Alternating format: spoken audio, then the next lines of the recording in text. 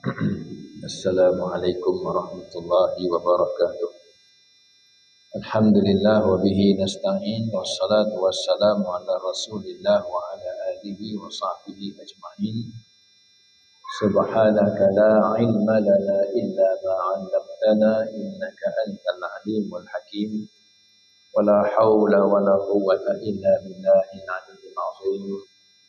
Yang dihormati barisan tuan imam dan kuasa masjid, muslimin dan juga muslimat yang sentiasa setia dengan kuliah maghrib di masjid pertanian Serdang ini, walaupun di sini bukan kawasan perumahan, tapi tuan-tuan boleh datang juga ke masjid untuk mendirikan solat fardu maghrib, kuliah maghrib dan seterusnya solat fardu isyak.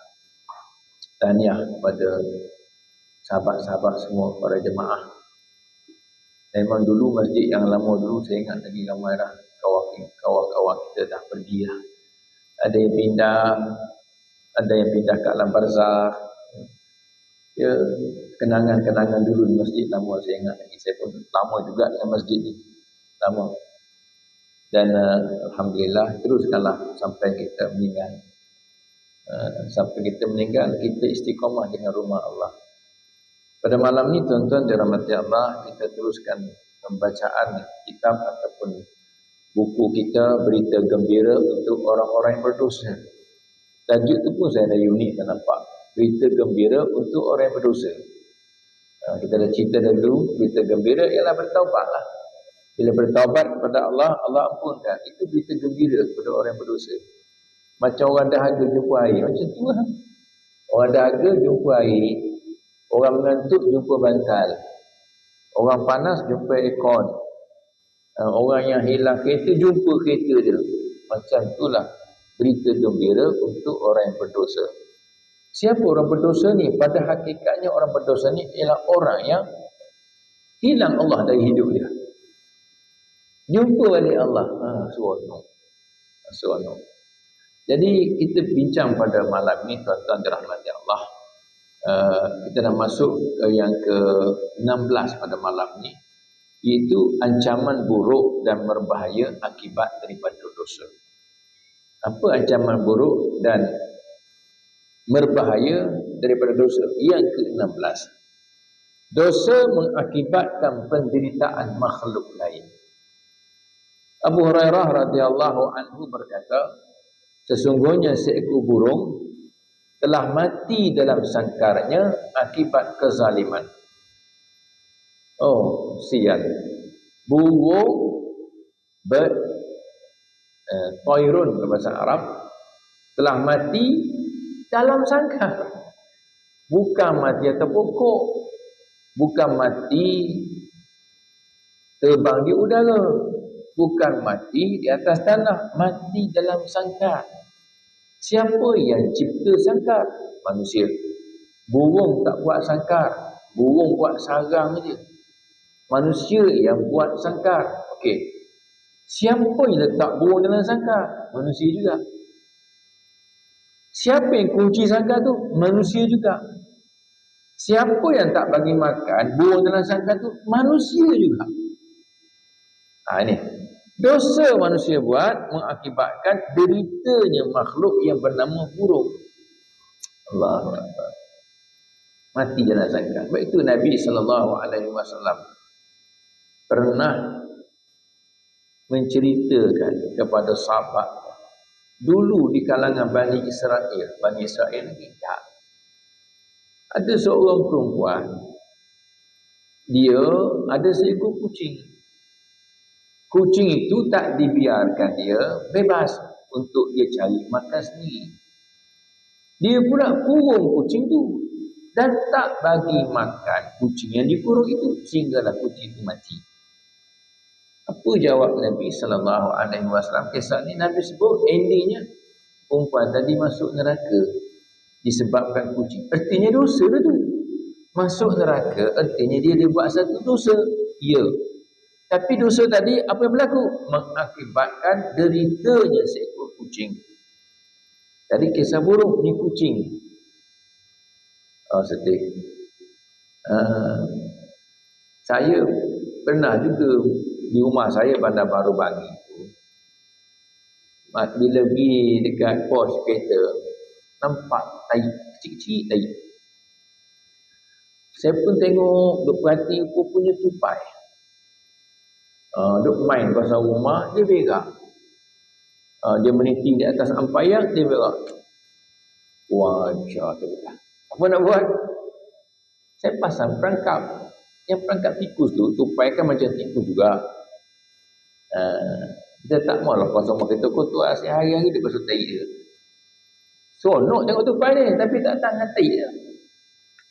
Beli sangka, beli. Khusus untuk tupai je beli sangka tu. Sangka perangkap. Letaklah buah apple sikit, jantung. Besok pagi, saya ada seekor. Wow. Apa nak buat? Tak ada masalah. Saya tak bunuh dia.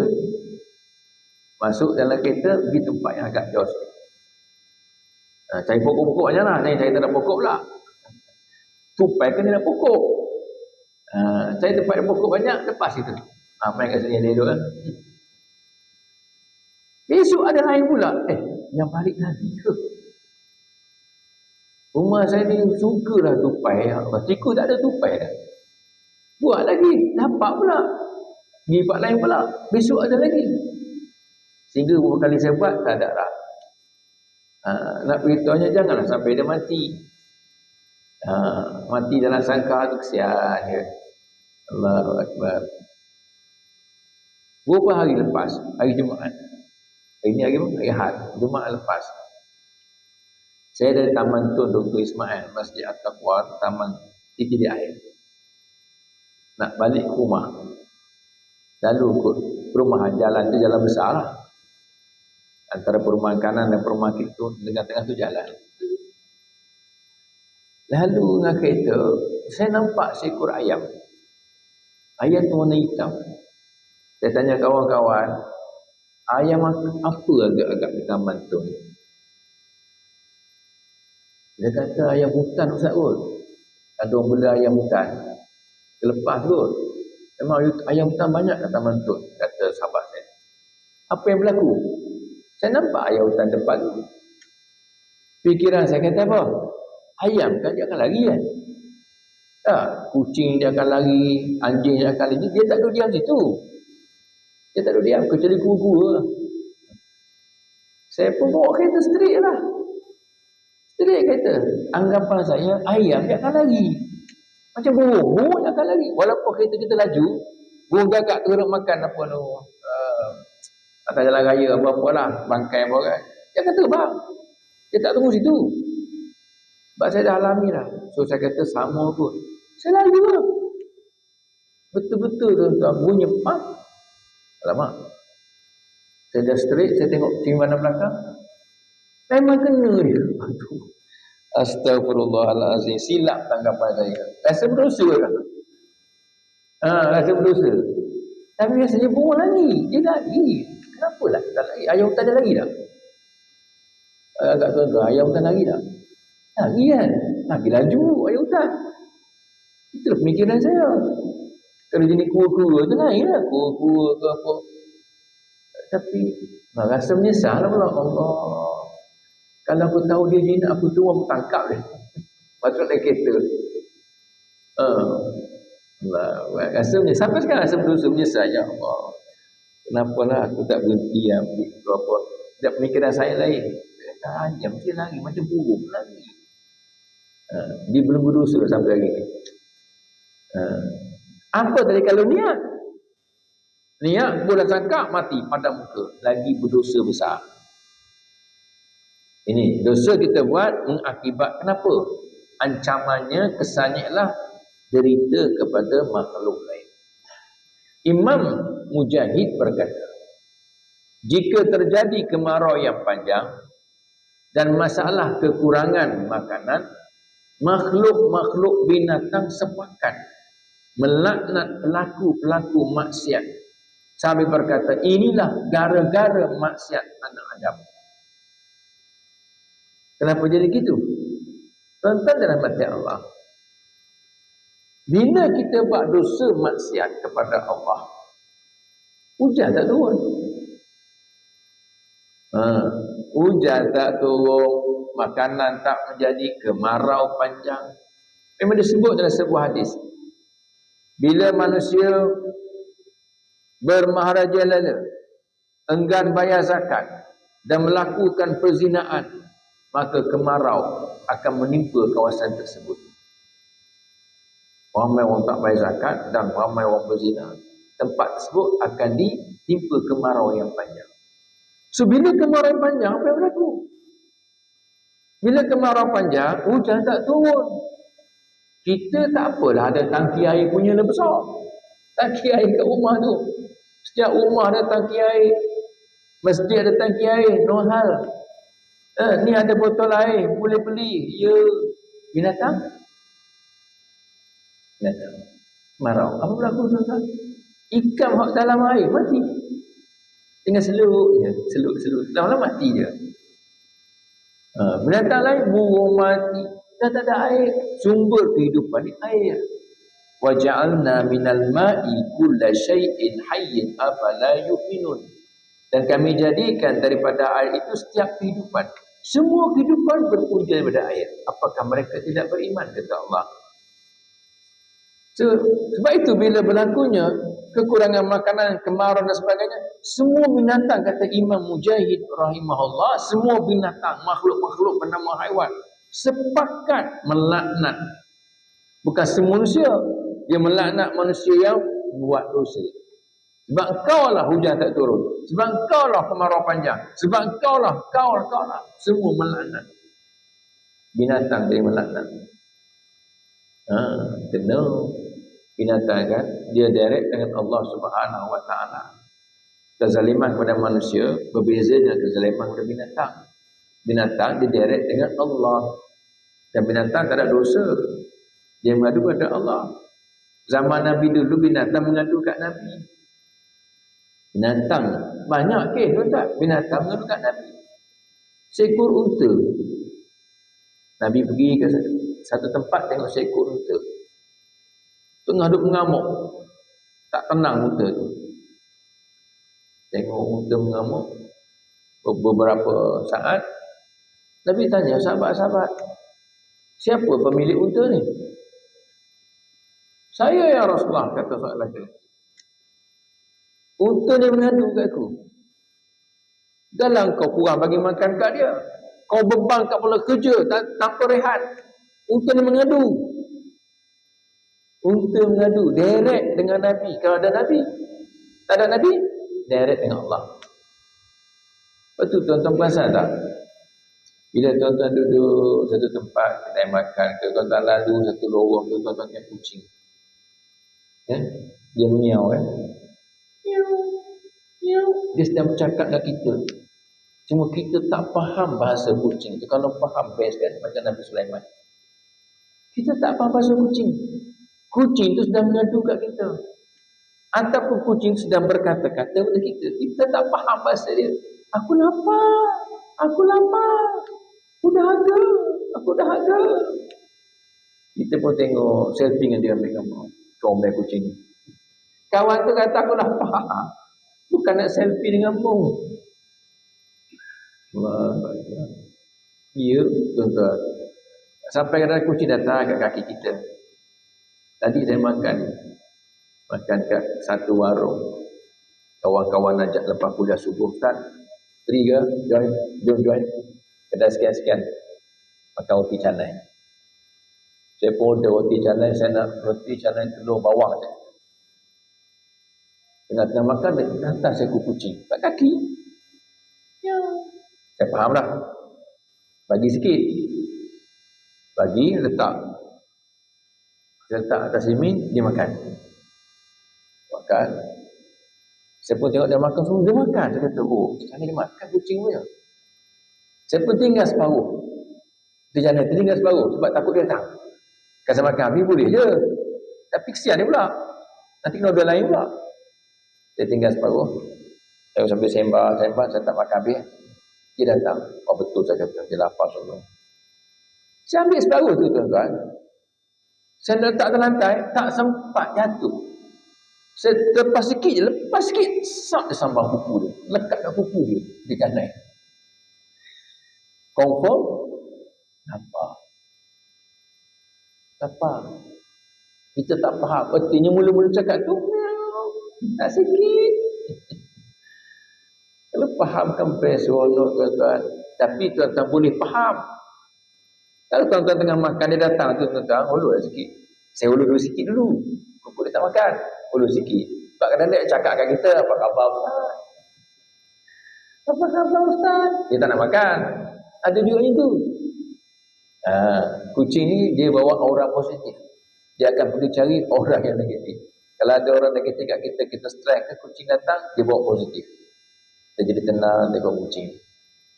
Jadi tuan-tuan, kalau tuan-tuan kucing datang, jangan bagi banyak dulu. Jangan bagi sikit dulu. Dan tengok dia makan ke tak makan. Tengok dia tak makan, maknanya bukan lapar. Dia nak bermesra kita. Nak mesra kita.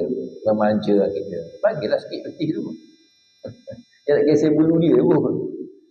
Dia lekatkan aura positif kat kita. Tu je tuan-tuan, nak lekatkan aura positif kat kita. Kita bila kucing datang, kita setenang. Allah. So, itu kalau kita faham bahasa binatang seronok. Tuan-tuan perasan tak? Saya perasan. Kat rumah saya adalah jiran-jiran yang bela kucing dalam sangkar. Dia bagi makan, bukan bagi makan, dia bela sangkar. Bila saya sampai kereta saya kat garah, kucing tu akan berbunyi. Bunyi suara tu bukan macam suara biasa. Kucing suaranya macam mengadu kat kita. Suaranya lain. Biasa kita dengar miau miau kan, bunyi lain. Tuan-tuan nak tahu, tuan-tuan pergi rumah saya. Rekod. Lain bunyi kata Allah, dia tengah mengadu kat aku ni, Allah. Tolonglah bebaskan dia. Tapi tak boleh lah, sebab tuan dia ada. Saya pernah cakap tuan dia tak nak jumpa tuan dia. Sibuk. Tapi bagi makan lah, bukan tak makan. Tapi kucing nak bebas. Nak bebas. Dia pun tak syok tengok kucing lain lalu-lalu depan rumah kan. Oh, bebas kucing tu kan. Ngada-ngada lah. Dia dalam sangka ni rasa macam tak bebas lah. Aku jadi hamba, tawanan. Suara bila saya masuk keluar kereta, dia akan bunyi. Tolonglah cakap kat tuan aku, bebaskan aku. Aku terkurung 24 jam dalam tempoh 7 hari selama bertahun-tahun dah dalam sangka ni. Baik. Kata saya sampai rumah saya sedih dengan ya Allah. Tak mampu nak buat apa. Dan Tuhan ya rahmat Allah.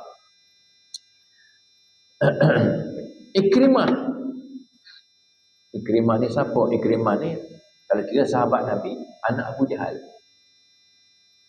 Dia berkata apa? Binatang-binatang melata. Melata tu yang berjalan atas bumi lah. Dan serangga-serangga di bumi. Dari kumbang hingga ke kala jengking. Benda kecil-kecil. Kadang-kadang tak jumpa kita pun. Tak pernah jumpa kumbang kala jengking ni. Kala jengking pun saya ingat setahun mungkin tak pernah jumpa kala jengking merayak. Susah kala jengking nak jumpa ni tuan-tuan. Bukan senang. Dia tempat-tempat gelap tertentu dia menyorok. Itu je. Kalau ayam, burung, kucing, dia hari-hari jumpa. Kalau jengking dia cerita. Kumbang lagi tak jumpa. Tuan-tuan di rumah flat mana jumpa kumbang? Rumah kayu betul. Ada kumbang buat sarang dia, tembuk kayu dia. Jadi sarang dia kumbang. Jadi kata Ikrimah, binatang-binatang melata, serangga-serangga, kumbang hingga kala jengking berkata, kita tidak diberi hujan kerana dosa manusia buat. Betul. Kemarau sebab dosa. Cuma sekarang di Kelantan Terengganu sekarang ni nak menghadapi musim tenghujuh dah. Katanya esok lusa tuan-tuan tenghujuh ni. Itu monsun. Monsun musim. Dah sampai musim tenghujuh dia datang. Tapi takkanlah tuan-tuan nak elakkan musim tenghujuh banjir kita pakai buat dosa. Hujan tak turun, tak banjir kan? Jangan gitu. Itu musim sampai masa tenghujuh lah dia. Banjirlah dia, hujan lebat lah dia. Kena pula kawasan tanah rendah. Jangan buat dosa. Sebab nak mengelak tenghujuh, banjir. Nak beritahunya, Dosa manusia bila menyebabkan kemarau. Dulu kemarau. Sekarang kalau kita terjemah sikit dalam bahasa yang moden, ekonomi merosot, ekonomi meleset, ekonomi merudu sebab dosa manusia.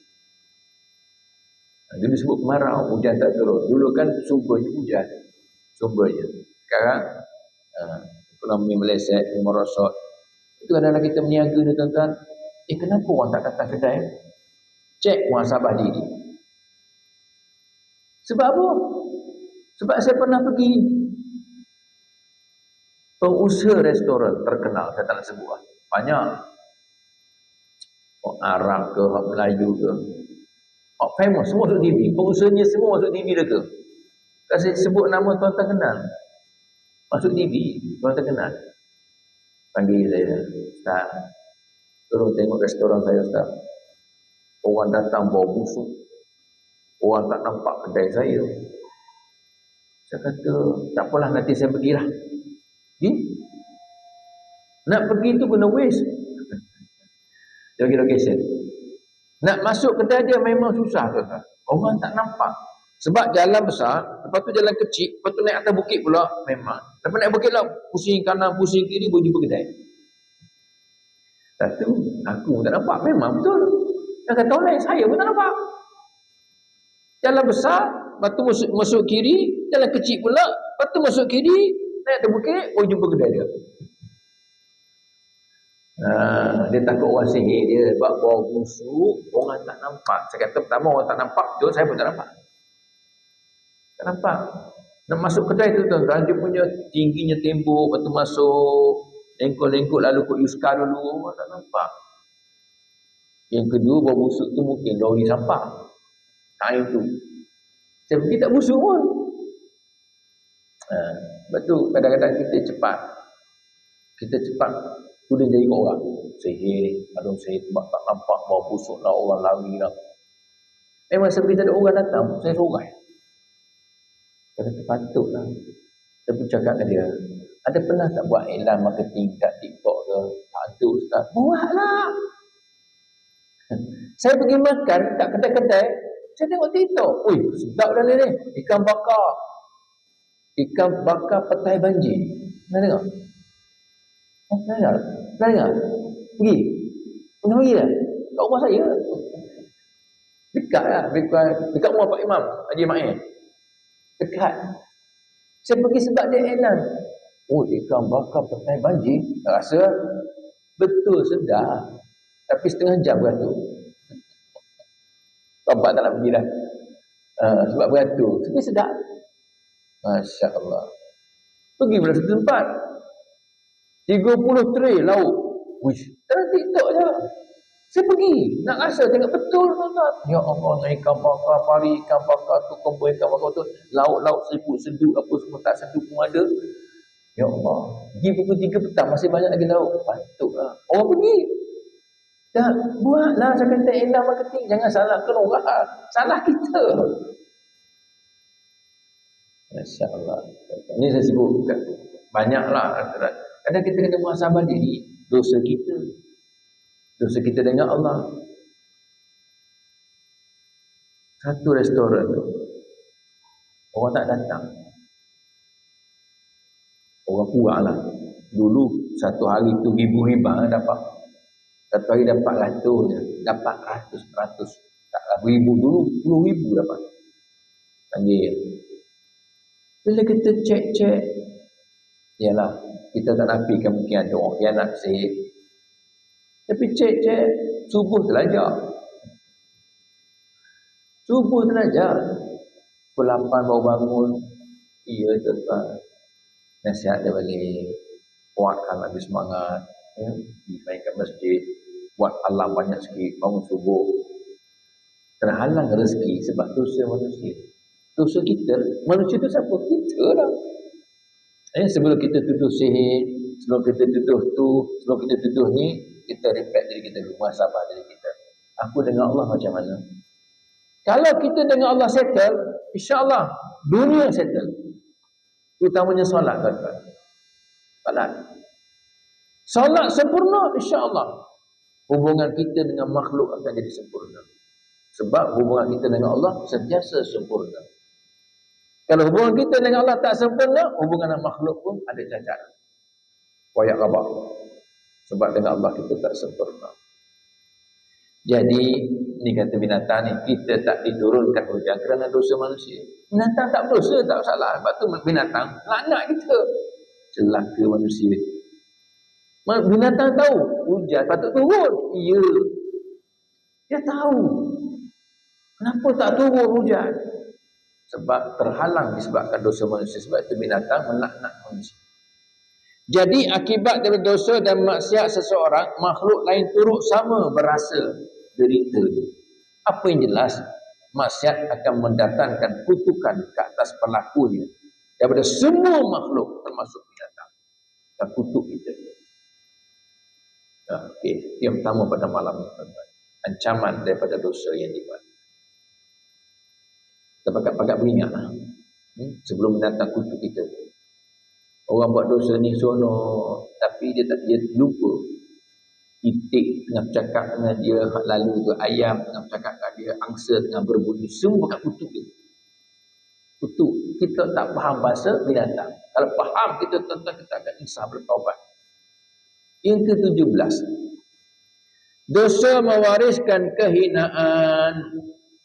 Dosa dan maksiat melahirkan kehinaan kerana kemuliaan itu hanya akan muncul bila mana kita taat kepada Allah, kita akan mulia. Bila kita buat maksiat, kita akan jadi hina.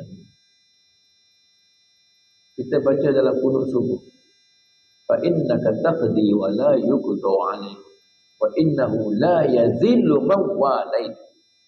Engkau tidak akan menghina orang yang taat padamu. Wala ya'izzu man adai. Kamu tidak akan mulia orang yang terhaka padamu. Itu ikrar kita dengan Allah. Kita baca, kita puji Allah. Allah kata apa? Man kana yuridul 'izzata falillahil 'izzatu jami'a. Siapa yang nak cari kemuliaan, maka kemuliaan itu milik Allah. Carilah Allah. Ilaihi yas'adul kalimut tayyib wal 'amalus salihu yarfa'uh. Kepadanya lah naik perkataan-perkataan yang baik dan amal yang saleh, yakni diterima dan diberi pahala oleh Allah. Walladzina yamkuruna as-sayyi'ati lahum 'adzabun syadid. Dan orang yang merancang kejahatan, bagi mereka azab yang keras. Wa makru ulaika huwa yabur. Dan rencana jahat mereka akan hancur. Surah Fatir ayat 10. Nak cari kemuliaan, rapatkan diri dengan Allah. Sebab kemuliaan itu milik Allah. Bukan milik manusia, milik Allah. Tuan-tuan dirahmati Allah Subhanahu wa taala. Nak mulia melalui ketaatan. Sembahyang, jaga puasa, jaga zakat, jaga aurat, jaga perkataan baik, jaga. Seorang ulama salah pernah berdoa, ya Allah, anugerahkanlah kemuliaan kepada aku melalui ketaatan kepadamu. Dan janganlah engkau hinakan aku kerana aku bermaksiat kepadamu. Ya. Kita buat amal ibadah, Allah muliakan kita.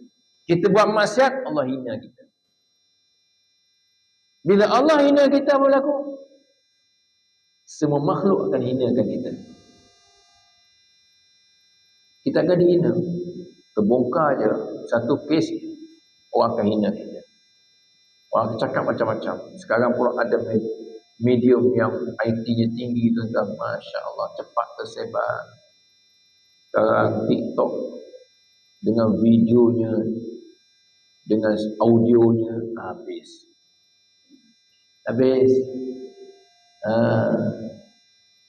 Hak ngaji Quran, yes, orang pun Masya Allah.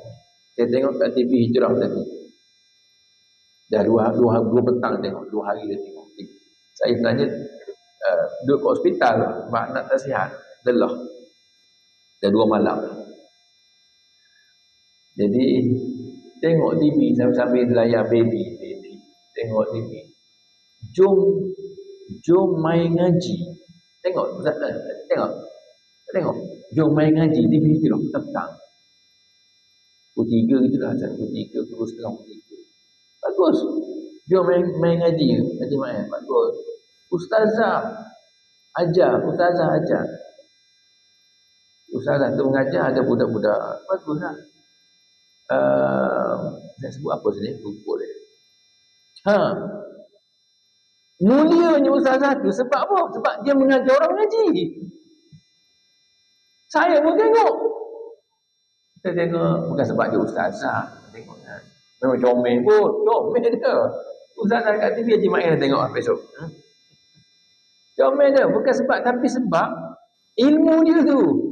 Dia bukan duk mengadap kitab macam ni. Okay, kita tengok apa ni hukum mak iwat dengan mak tabi'i dengan mak badal. Dan gitu. Dia cakap tu cairkan mulut dia. Dia tegur budak-budak. Dia berjalan ni ke budak-budak mengajar. Dia bercakap. Tak ada skrip pun. Saya kata subhanallah hebatnya ustazah ni. Kalau saya mesti ada buku dah ada catatan kat tangan contoh kan. Dia tak ada. Mulianya dia. Sebab apa? Sebab dia buat kerja baik. Ketaatan pada Allah ajar orang mengaji. Jom main ngaji. Jom main ngaji. Itu je TV hijrah. Saya ingat pukul 3 petang ke pukul 3 pukul setengah hijrah. Petang-petang. Ada. Kita tengok. Masya Allah. Bagusnya. Program tu bagus. Sangat bagus program tu. Dia mengajar. Tadi surah Abasa wa Tawalla. Abasa wa Tawalla. Sampai ayat 16. Kemudian sambung lagi. Dia baca makna. Kemudian disebut tajwid-tajwid. Iyalah. Tapi kalau kita buat jahat, orang kutuk.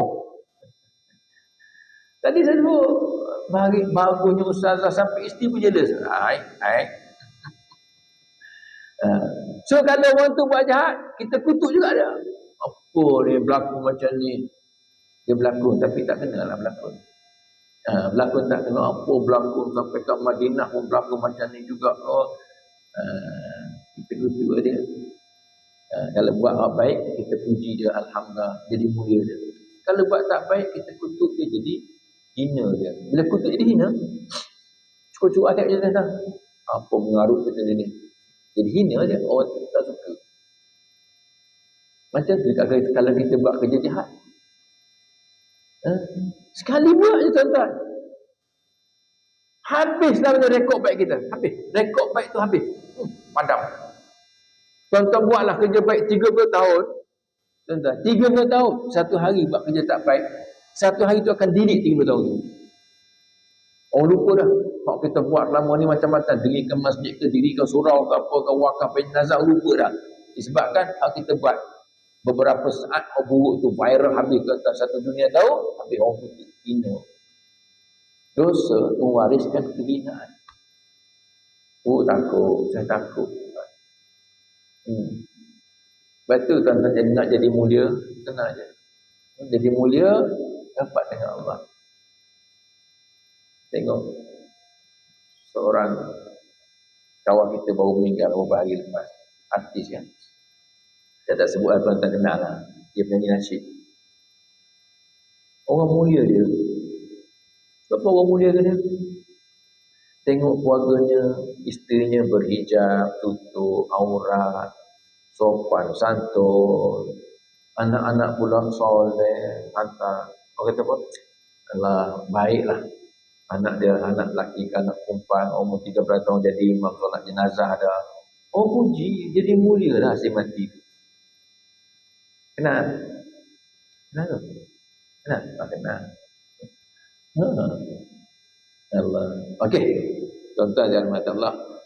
Selain itu, Imam Hasan Al-Basri pernah berkata, keldai boleh berteriak dan kuda Turki boleh berjalan cepat bersama mereka. Namun kehinaan maksiat tidak dapat berpisah daripada hati. Allah enggan kecuali menghinakan si pelaku maksiat itu. Faham? Tak faham sudah? Kuda Turki atau kuda Turki. Kalau ayam Turki saya tahu. Kuda Turki boleh berjalan cepat bersama dengan mereka. Ingat, Kehinaan maksiat tidak dapat berpisah daripada hati. Hinanya maksiat dalam hati tak akan berpisah. Maka Allah Ta'ala akan menghina si pelaku maksiat tadi. Abdullah bin Mubarak berkata, aku lihat hatiku mati kerana timbunan dosa.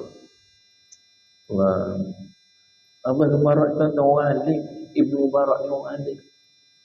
Tapi dia boleh tahu, aku lihat hatiku mati kerana dosa. Timbul dosa, mati hati. Tengok orang Palestin kan, kena timbunan bangunan, mati dah. Macam tu juga kalau dosa hempak kita nak mati. Hati tu mati. Bila dah hati mati, tuan-tuan berlaku, dia tak rasa dosa tu dosa lah. Hati dah mati. Malah bukan kata tak rasa dosa tu dosa, dia seronok pula buat dosa. Sebab apa? Hati dah mati. Bukan kata seronok buat dosa, dia ada share dengan orang lain. Jom. Sebab apa? Sebab hati dah mati. Timbunan dosa menyebabkan hati mati. Kenapa dia timbul-timbul? Sebab tak taubat. Timbul, tak taubat, timbul. Susah, hati dah mati dah. Kalau buat dosa, buat maksiat, istighfar, taubat, tak timbul lah. Tuhan didik lah. Tapi kan tak didik, tak istighfar, timbul, bertimbul. Lama-lama, hati mati. Tak rasa apa lah. Orang tak rasa rasuah tu berdosa. Dia rasuah. Dah lama dia makan rasuah. Dah lama dah makan rasuah. Tak rasa dosa apa lah. Ni rasuah ni je. Tak apa. Jangan pergi sekarang. Sekarang bulan Ramadan. Mungkin lepas raya lah. Dia rasa bersalah ambil rasuah bulan Ramadan. Tak nak ambil tak apa. Nak ambil juga tapi lepas raya lah. Milad. Apa lagi tu? Orang tentang aurat. Sama juga. Orang duk gelek-gelek Allah. Kau tengok TikTok macam-macam. Tapi atas kita belaka, kita boleh block. Kita cari kawan-kawan baik-baik. Saya block. Tengok ni apa entah apa kejahatan ni kan. Block. Block kita tak akan nampak dia dah. Tergedik. Kita tak rasa malu. Dia seronok pula orang tengok dia. Seronok pula orang kecam dia. Orang kecam, netizen kecam dia seronok. Kubur lain-lain. Dia jawab. Sebab apa? Orang ada nasihat, dia tak berhenti. Orang kecam, dia tak rasa apa-apa. Sebab hati sudah mati. Dan saya tak nak sebut nama tuan-tuan. Tuan-tuan tengok sendiri lah. Dalam apa media sosial kita ni, handphone ni. Ada macam-macam. Kenapa jadi gitu? Dah tidak mati. Macam ni hidup balik? Istighfar. Taubat. Dengan taubat nasuha bersungguh-sungguh ikhlas dengan hati nak berubah.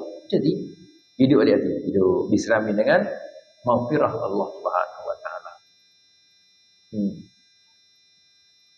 Membiasakan melakukan dosa mewarisi kehinaan. Ya, meninggalkan dosa berarti menghidup hati. Kata Allah bin Mubarak. Tinggal dosa hidup hati. Tuan-tuan nak kena hati ni mati tak mati, tuan-tuan senang je. Malas sembahyang, malas baca Quran, semua malas. Sampai peringkat lagi teruk, baca Quran buang masa, sembahyang buang masa. Kau sembahyang pun belum tentu masuk syurga. Sudah. Kalau datang alasan tu habis tak sembahyang. Tutup aurat pun bukan mulut baik sangat, hati jahat. Pula. Sebab hati dah mati. Nak kenal hati dah mati, tetap mati ke tak mati, tengok, cakap. Syekh, sudahlah Syekh. Dahlah, taubatlah. Dia apa jawab? Tengok apa dia jawab. Istighfarlah. Datanglah ke masjid, berubahlah. Apa jawapannya? Dia kata, Allah, ya Ustaz. Saya bukan tak nak datang Ustaz, saya malu Ustaz, saya banyak dosa Ustaz. Ustaz kalau Ustaz bimbing saya, hati dia hidup. Hati mula hidup dah. Dia nak taubat, dia tunggu bimbing dia je. Dia kata, di masjid konon, riak. Sudah. Adalah lebih utama menjauhi dosa. Kerana bukan saja orang zalim dan orang jahat merosakkan agama, tapi dosa juga merosakkan agama seseorang. Dia kata orang zalim, Yahudi Israel dia bom masjid, dia bom rumah orang, dia memang zalim pun. Dia akan rosakkan agama, dia akan rosak orang jahat, dia akan rosakkan agama.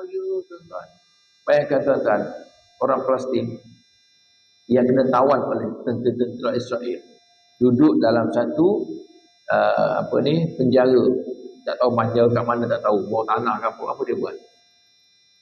Orang zalim, orang jahat, dia nak rosakkan agama orang Palestin.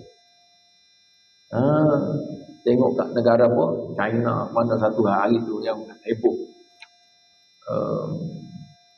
suruh tinggalkan agama Islam, kena makan khinzir, kena macam-macam doktrin dia masukkan. Allah, dia nak rosak. Bukan tu saja kata Abdullah bin Mubarak, tapi dosa juga boleh merosakkan agama kita. Dosa kita buat tu, dia akan rosakkan agama. Jadi macam mana? Tak payah pergi haji buat duit puluh-puluh ribu. Kalau kita buat rayuan 32,000 dapat pergi haji. Tak payah. Biar kita mati dulu, buat badan haji baru 5,000. Rosak agama dia. Itu mati. Berdosa kalau ada duit, ada bekalan, ada kecukupan, tapi tak pergi haji. Dosa dia tangguh dosa. Ustaz lambat naik nama Ustaz, kota lambat. Sekarang ni dalam akaun tu ada berapa ribu? Ada 1 juta. Pergilah haji furodah, yang package tu. Kau berkira apa dengan Allah? Dalam akaun ada 1 juta ringgit, pergilah. Baru habis 60,000, 40,000, 50,000. Akaun 1 juta. Kira dengan Allah. Tak apa Ustaz. Saya dah niat dah. Meninggal nanti saya buat badan haji, suruh anak-anak buat. Kedekut bin Bakhir bin Aid Masjid. Rosak agama. Sebab apa? Sebab dosa. Dia rasa buat ibadat korban, buang duit. Pergi umrah, buang duit. Apa lagi? Sedekah, buang duit. Apa lagi? Kalau pakai tutup aurat, mundur, kolot, hantu kumpul, macam-macam. Itulah dosa. Dia merosakkan agama kita.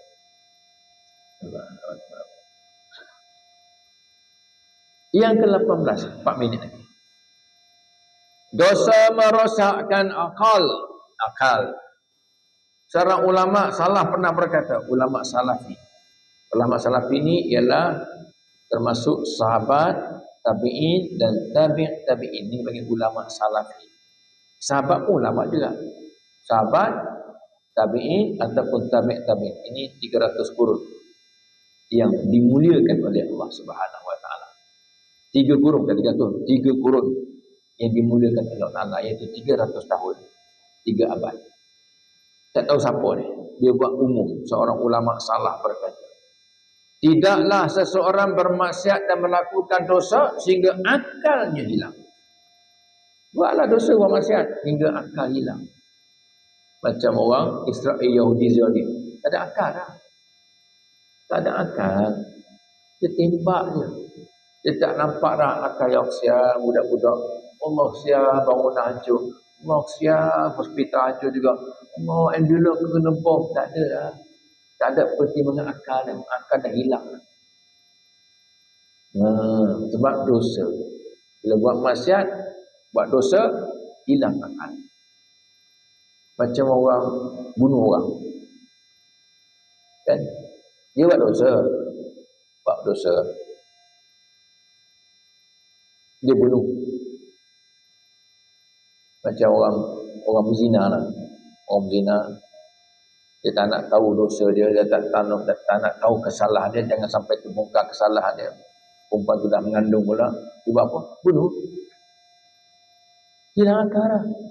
Bunuh. Dah bunuh, dia buat apa? Bakar pula. Buat apa? Hilang akal. Hilang akal. Kenapa kau bakar dia? Contohlah. Kenapa kau bunuh dia? Kan? Saya Allahu Akbar. Isteri mati kena bunuh. Kekasih mati kena bunuh. Suami mati kena bakar. Ni dosa. Apa dosa apa tu? Tak mesti dosa rumah tangga, dosa tak sembahyang, dosa aurat, dosa apa lagi? Tak bayar zakat. Banyak dosa. Dia kumpul, akal hilang. Tadi mati hati, akal pula hilang. Kerana sekiranya akalnya masih berjalan normal, tentu akan mencegahnya daripada maksiat dan dia berada dalam genggaman dan kekuasaan Allah. Kalau akal dia masih berjalan normal, tentu akal kata tak boleh bunuh orang. Jangan bakar, tak baik. Tapi kenapa dia boleh bunuh orang, boleh bakar pula? Aduh. Sebab akalnya sudah hilang.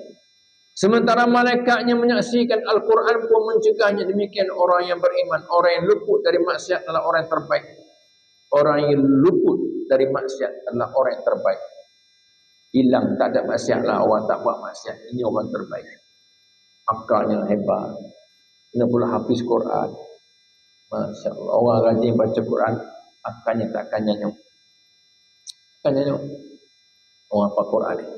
Kalau tidak pun baca Quran lah. Baca Quran dia tidak akan nyanyuk. Baca Quran. Kenapa? Sebab dia sentiasa berbual dengan Allah. Berbual dengan Allah. Orang baca Quran, dia sedang berbisik dengan Allah, bercakap dengan Allah. Mana mungkin nak nyanyuk? Allahu'alam bisawab. Kita sambung balik insya-Allah pada kuliah yang akan datang insya-Allah. Bismillahirrahmanirrahim. Alhamdulillahirabbil alamin. Wassalatu wassalamu ala Rasulillah wa ala alihi wa sahbihi ajmain. Allahumma inna nas'aluka ilman nafi'a wa rizqan thayyiba wa amalan mutaqabbala birahmatika ya arhamar rahimin. Walhamdulillahi rabbil alamin. Taqabbalallahu minkum. Wassalamualaikum warahmatullahi wabarakatuh.